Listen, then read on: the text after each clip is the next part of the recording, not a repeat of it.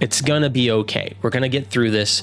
And in fact, I think it's going to only point out how much more valuable our role is as creative people and as artists, and not necessarily devalue our role. It's going to be like, okay, yeah, sure, you can make an image, but why? What made it interesting? And all these people are going to realize, oh yeah, I can make an image now, but mine doesn't look like yours. Why doesn't it feel like yours? The same thing with photography. They'll go, I have an iPhone, it has more megapixels. Why doesn't my picture look like yours? And your value is going to go up. Hey, Alec Miller here, founder of Royals and Rogues, and today I'm going to talk about one of my least favorite subjects, and that's AI. But I want to talk about it in a way that maybe you haven't heard before in order to give you a lot of hope as an artist.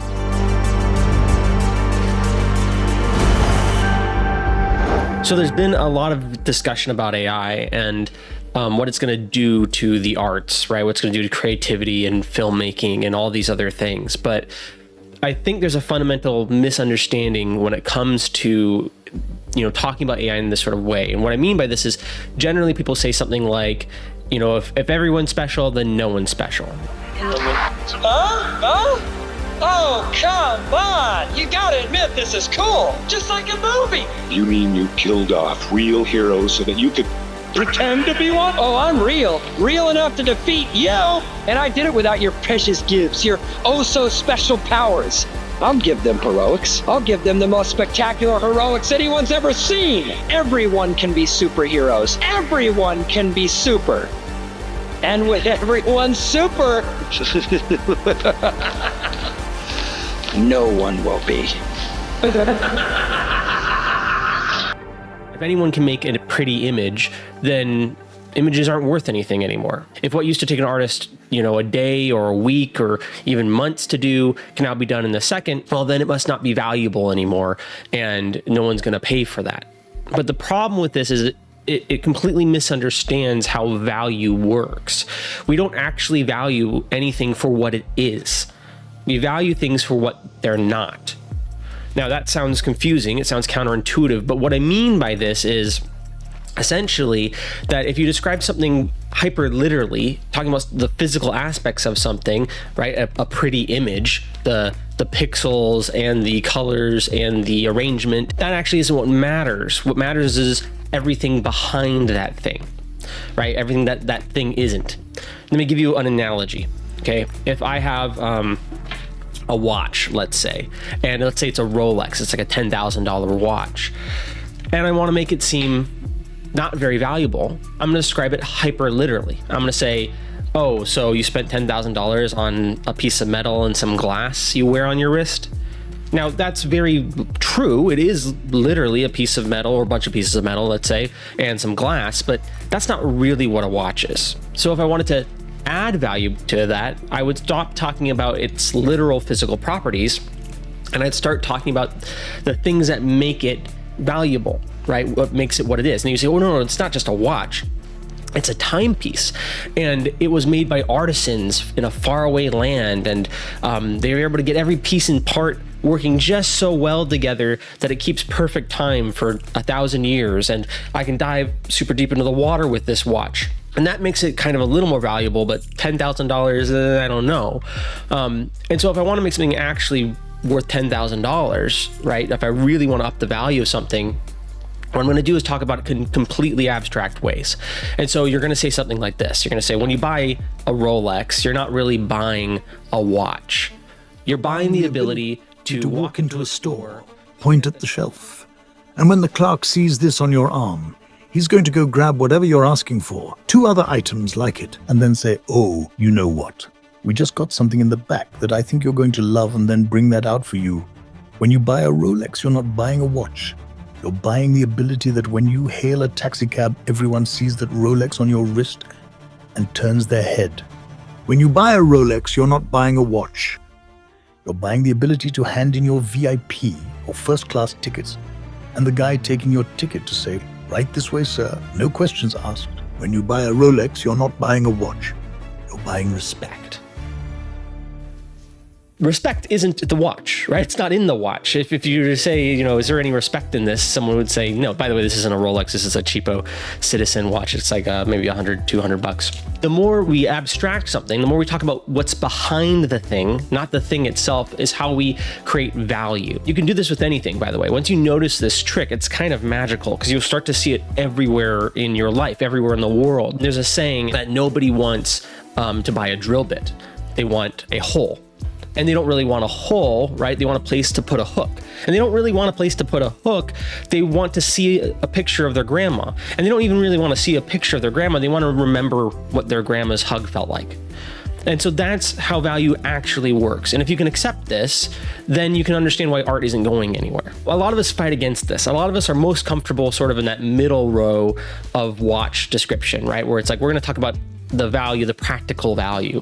But the most valuable things in our lives aren't really physical, practical items. If you're still fighting this idea, I understand, because a lot of people use this as charlatans to trick you into thinking something's valuable that's not. But for this video, you need to understand that this is actually how we value things. And if you don't believe me, ask yourself, in the case of a fire, what's the first thing I'm grabbing? What's the thing I'm going to make sure I take out of my house?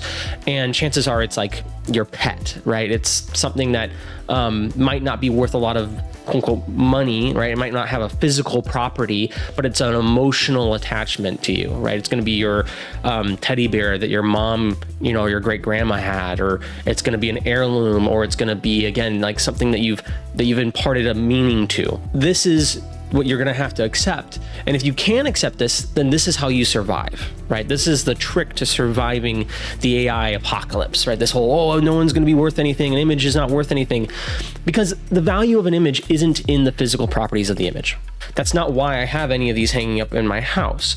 Part of the reason why is that they look aesthetically pleasing, but the bigger reason why I buy these things is what they say about me, what they say about my interests, what they say about who I am. The other reason why I buy this is because the artist's intent. What the artist is specifically choosing the piece to mean, right? He's choosing the colors, he's choosing the design and the characteristics of an art piece for specific reasons.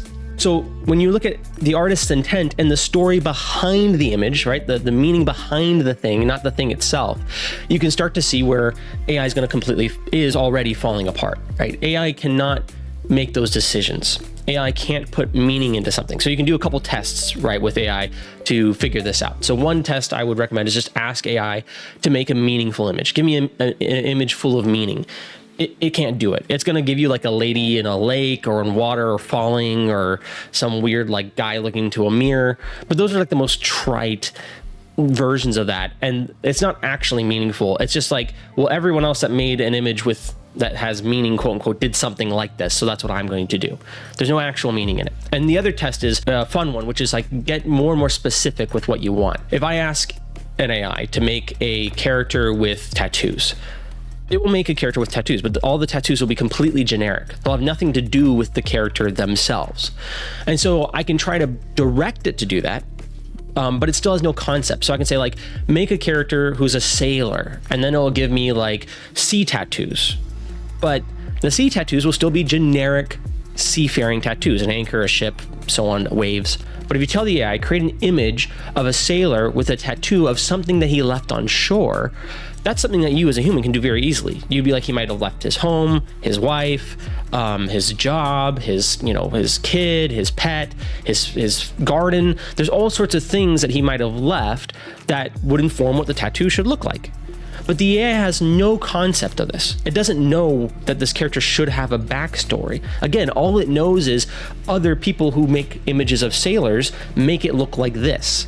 And so because of that, it's never going to be able to understand that this character, in my head anyway, has a backstory, has meaning behind it. And the other problem is, like, let's say it even could have a long enough memory. And it might be able to eventually get that good. It's going to take a little while because these things are already so huge, and in order to have like a long-term memory in an AI is just bonkers as far as like resources. But let's say it gets good enough to do that.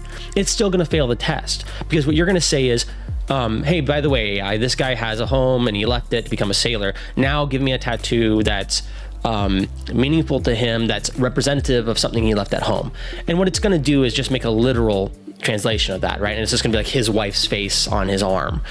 And that's not how you would actually represent her, right? If you're an artist, the way you'd represent that person that he left at home, or that pet that he left at home, whatever it is he left at home, you'd represent it abstractly, right? So maybe he left his garden at home, and then he would have some roses, right? But it wouldn't be like a literal image of his garden.